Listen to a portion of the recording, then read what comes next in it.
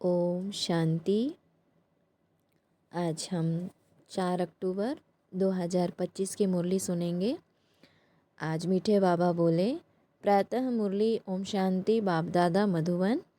बाबा बोले, मीठे बच्चे, श्रेष्ठ ते श्रेष्ठ बनने के लिए स्वयं भगवान तुम्हें श्रेष्ठ मत दे रहे हैं। श्रेष्ठ ते श्रेष्ठ बनने के लिए स्वयं भगवान तुम्हें श्रेष्ठ मत दे रहे हैं, जिससे तुम नरकवासी से स्वर्गवासी बन जाते हो। बाबा कहते हैं कि जिससे तुम नरकवासी से क्या बन जाते हो? स्वर्गवासी बन जाते हो।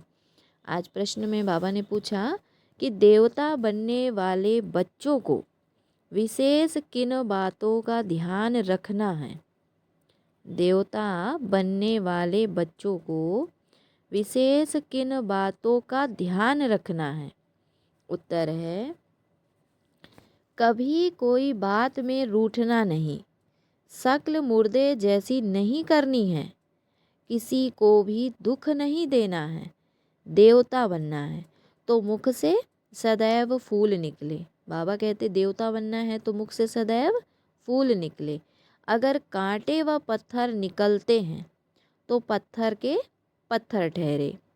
गुण बहुत अच्छे धारण करने हैं। बाबा ने कहा गुण बहुत अच्छे धारण करने हैं, यहाँ ही सर्वगुण संपन्न बनना है।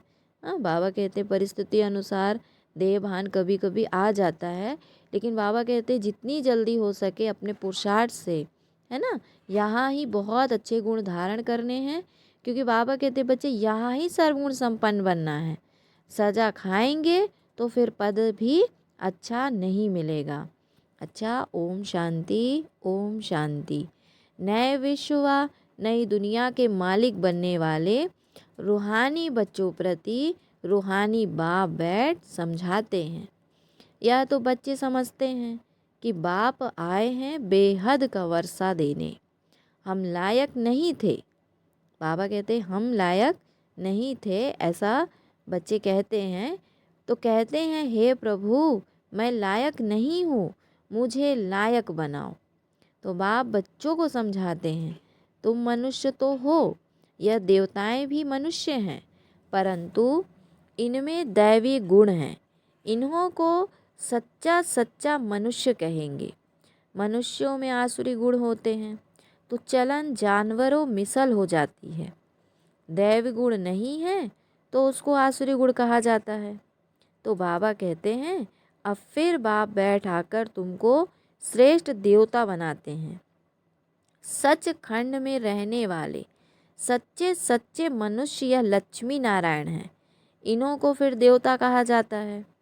इन्हों में दैवी गुण हैं, भल गाते भी हैं, हे पतित पावन आओ। परंतु पावन राजाएं कैसे होते हैं, फिर पतित राजाएं कैसे होते हैं, यह राज कोई नहीं जानते। वह है भक्ति मार्ग। ज्ञान को तो और कोई जानता नहीं। बाबा कहते कि तुम बच्चों को बाप समझाते हैं और ऐसा बनाते हैं। कर्म तो यह देवताएं भी सतयुग में करते हैं, परंतु पतित कर्म नहीं करते हैं। क्या कहा बाबा ने?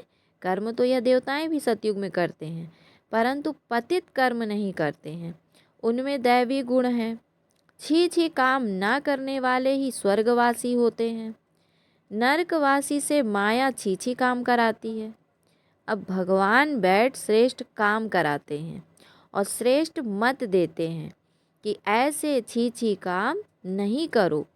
श्रेष्ठ ते श्रेष्ठ बनने के लिए श्रेष्ठ ते श्रेष्ठ मत देते हैं। कौन?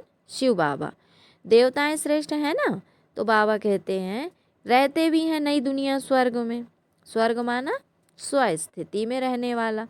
तो यह भी तुम्हारे में नंबर वार पुरुषार्थ अनुसार जानते हैं। इसीलिए माला भी बनती है 8 की, वह 108 की, करके 16,108 की भी कहे, वह भी क्या हुआ?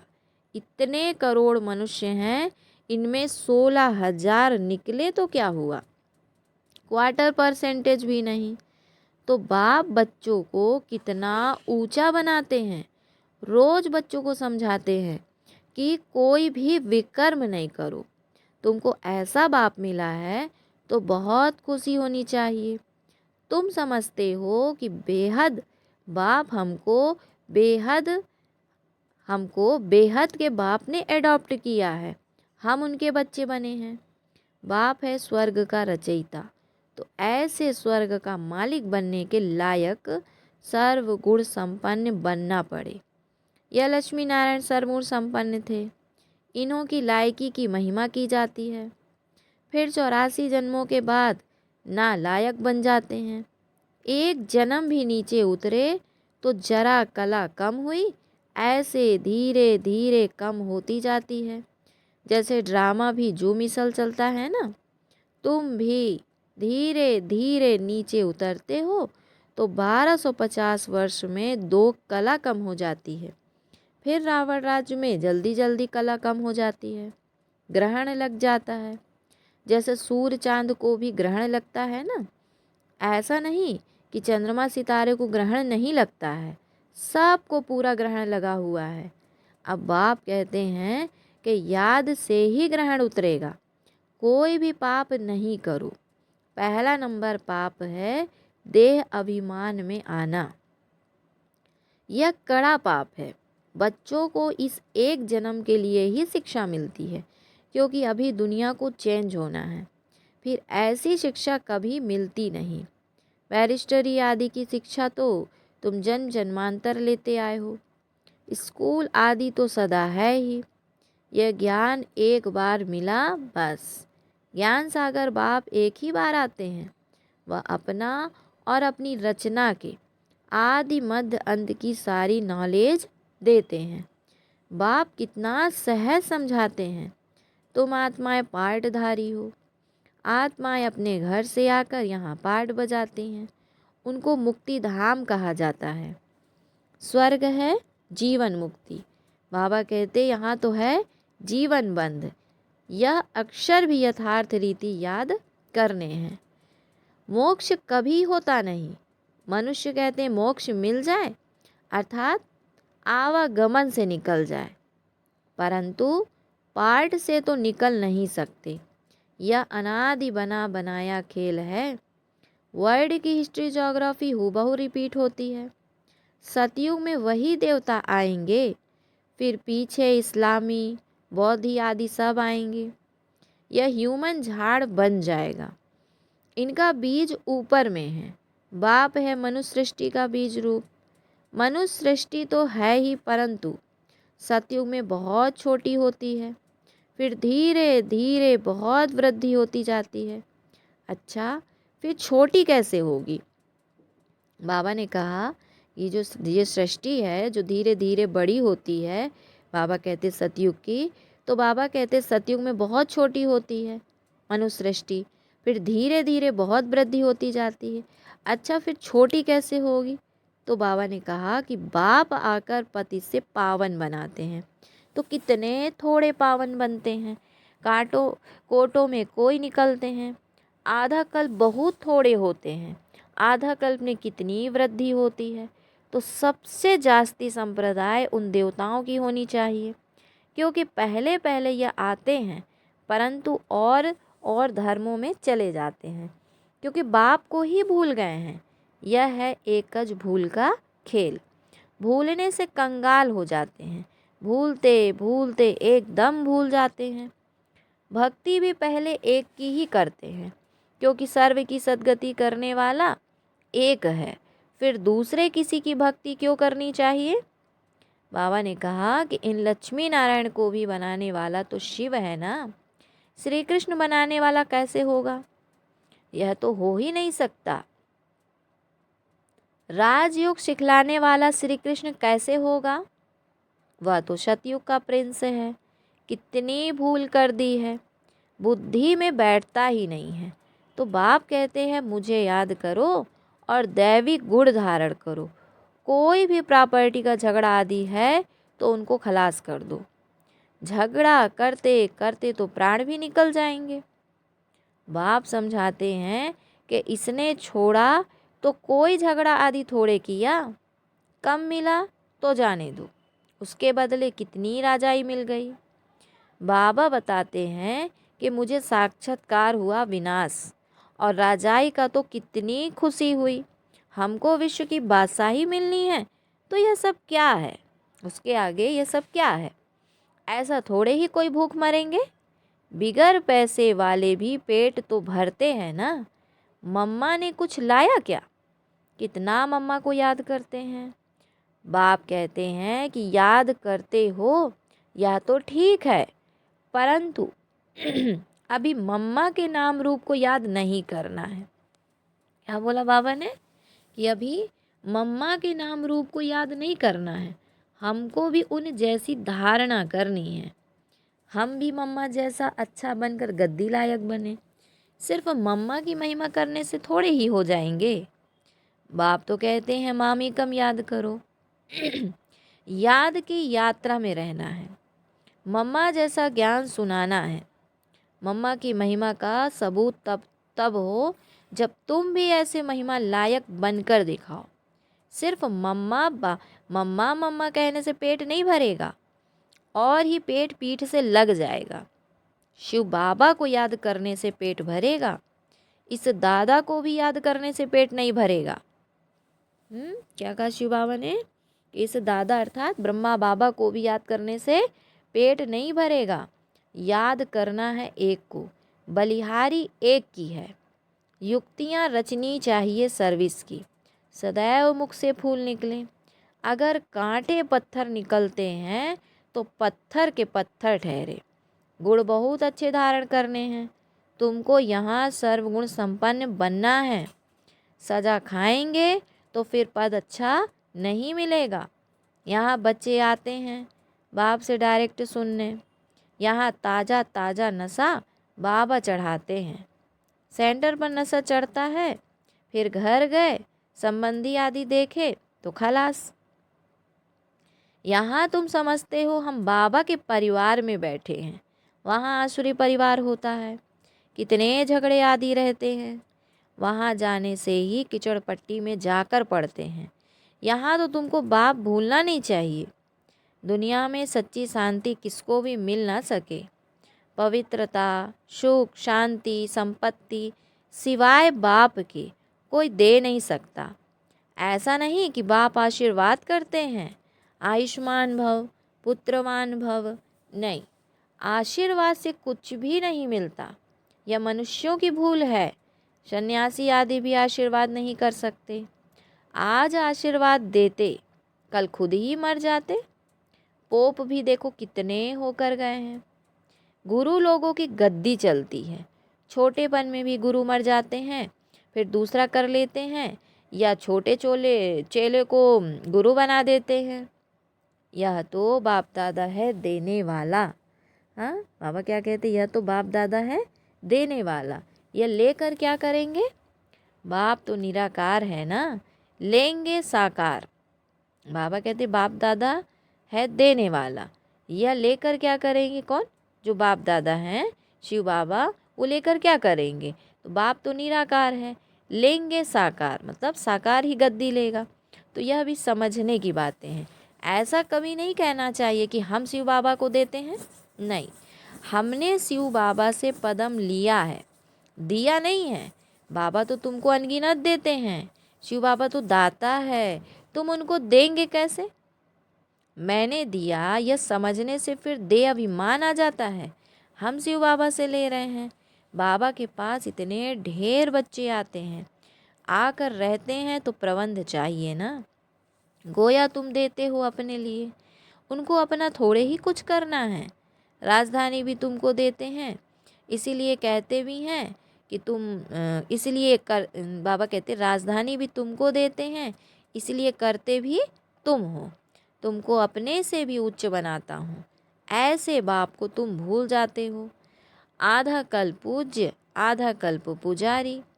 पूज्य बनने से तुम सुखधाम के मालिक बनते हो, फिर पुजारी बनने से दुखधाम के मालिक बन जाते हो। यह भी किसको पता नहीं कि बाप आकर के कब स्वर्ग स्थापना करते हैं। इन बातों को तुम संगम युगी ब्राह्मण ही जानते हो। बाबा इतना अच्छी रीति समझाते हैं, फिर भी बुद्धि में नहीं बैठता। जैसे बाबा समझाते हैं ऐसे युक्ति से समझाना चाहिए। पुरुषार्थ कर ऐसा श्रेष्ठ बनना है। बाप बच्चों को समझाते हैं बच्चों में बहुत अच्छे दैवी गुण होने चाहिए। कोई बात में रूठना नहीं है, शक्ल मुर्दे जैसी नहीं करनी है। बाप कहते हैं कि ऐसा कोई काम अभी नहीं करो। चंडी देवी का भी मेला लगता है ना। चंडिका उसको कहते हैं जो बाप की मत पर नहीं चलती, जो दुख देती है। ऐसी चंडिकाओं का भी मेला लगता है। क्यों? क्योंकि वो बाप की बच्ची तो है ना, लेकिन बाप की बनने के बाद भी गुस्सा करती है, दुख देती है। तो फिर मेला तो भले लगता है, लेकिन बाबा मना करते हैं कि बच्चे भाई मान सम्मान तो उनको भक्ति में भी मिलता है, लेकिन बाबा ने कहा कि उन चंडिकाओं का भी मेला लगता है। मनुष्य ज्ञानी है ना, अर्थ थोड़े ही समझते हैं। कोई में ताकत नहीं, वह तो जैसे खोखले हैं। तुम बाबा को अच्छी रीति याद करते हो तो बाप द्वारा तुम्हें ताकत मिलती है, परंतु यहाँ रहते भी बहुतों की बुद्धि बाहर में भटकती रहती है। कहाँ रहते? संगम युग में। इसीलिए बाबा कहते हैं यहाँ चित्रों के सामने बैठ जाओ तो तुम्हारी बुद्धि इसमें बिजी रहेगी। गोले पर, सीढ़ी पर किसको समझाओ तो बोलो सतयुग में बहुत थोड़े मनुष्य होते हैं, अभी तो ढेर मनुष्य हैं। बाप कहते हैं कि मैं ब्रह्मा के द्वारा नई दुनिया की स्थापना कराता हूँ, परंतु बाबा ने कहा कि ब्रह्मा के द्वारा नई दुनिया की स्थापना कराता हूँ, पुरानी दुनिया का विनाश कराता हूँ। तो ऐसे ऐसे बैठ प्रैक्टिस करनी चाहिए। अपना मुख आपे ही खोल सकते हैं। अंदर में जो चलता है वह बाहर में भी निकलना चाहिए। गूंगे तो नहीं हो ना। घर में रड़ियाँ मारने के लिए मुख खुलता है, ज्ञान सुनाने के लिए नहीं खुलता। बाबा कैसे बच्चों को समझाते हैं कि देखो और भी बातें करते हो तो उसके लिए मुख खुलता है, लेकिन ज्ञान के लिए मुख नहीं खुलता। चित्र तो सबको मिल सकते हैं, हिम्मत रखनी चाहिए। अपने घर का कल्याण करें। हाँ, कि चित्र आदि रख के क्या करें? अपने घर का भी कल्याण करें। अपना कमरा चित्रों से सजा दो तो तुम बिजी रहेंगे, या जैसे तुम्हारी लाइब्रेरी हो जाएगी। दूसरों का कल्याण करने के लिए चित्र आदि लगा देना चाहिए। जो आए उनको समझाओ, तुम बहुत सर्विस कर सकते हो। थोड़ा भी सुना तो प्रजा बन जाएंगे। बाबा इतनी उन्नति की युक्तियाँ बतलाते हैं।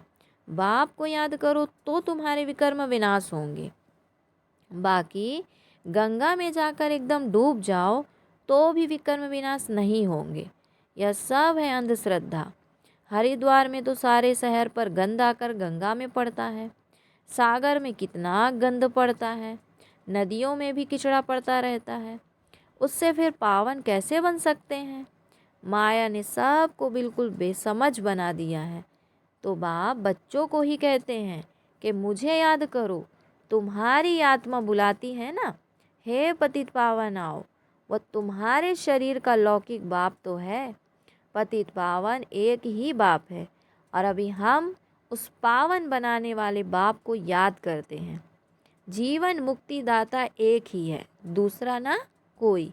तो इतनी सहज बात का अर्थ भी कोई समझते नहीं। बाबा कहते जीवन मुक्ति दाता कौन है? एक ही बाप है, दूसरा ना कोई। तो इतनी सहज बात का अर्थ भी कोई समझते नहीं।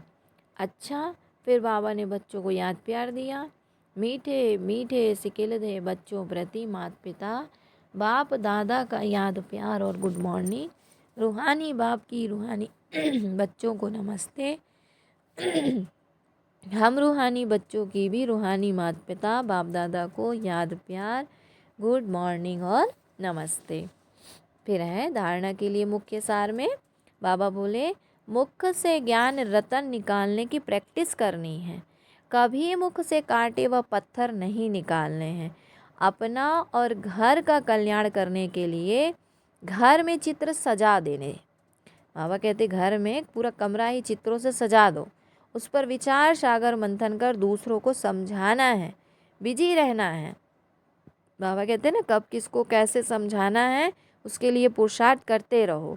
दूसरा है बाप से आशीर्वाद मांगने के बजाय उनकी श्रेष्ठ मत पर चलना है ना। बाप जो कहते हैं वही आशीर्वाद है, वही उस पर चलना ही कृपा आशीर्वाद है। तो बलिहारी शिव बाबा की है, इसलिए उन्हें ही याद करना है। यह अभिमान ना है कि हमने बाबा को इतना दिया, है ना, क्योंकि बाबा कहते हैं देना ही लेना है। तो जो भी देते हैं तो हम किसको देते हैं? ये हम स्वयं को देते हैं। बाबा कहते हैं मैं किसी का नहीं लेता हूँ, मैं तो स्वयं दाता हूँ। वरदान दिया, बाप समान स्थिति द्वारा समय को समीप लाने वाले तत्त्वम के वरदानी भव। बाप समान स्थिति द्वारा समय को समीप लाने वाले तत्त्वम के वरदानी भव।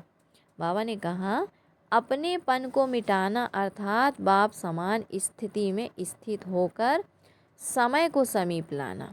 जहाँ अपनी देह में व अपनी कोई भी वस्तु में अपनापन है, वहाँ समानता में परसेंटेज है।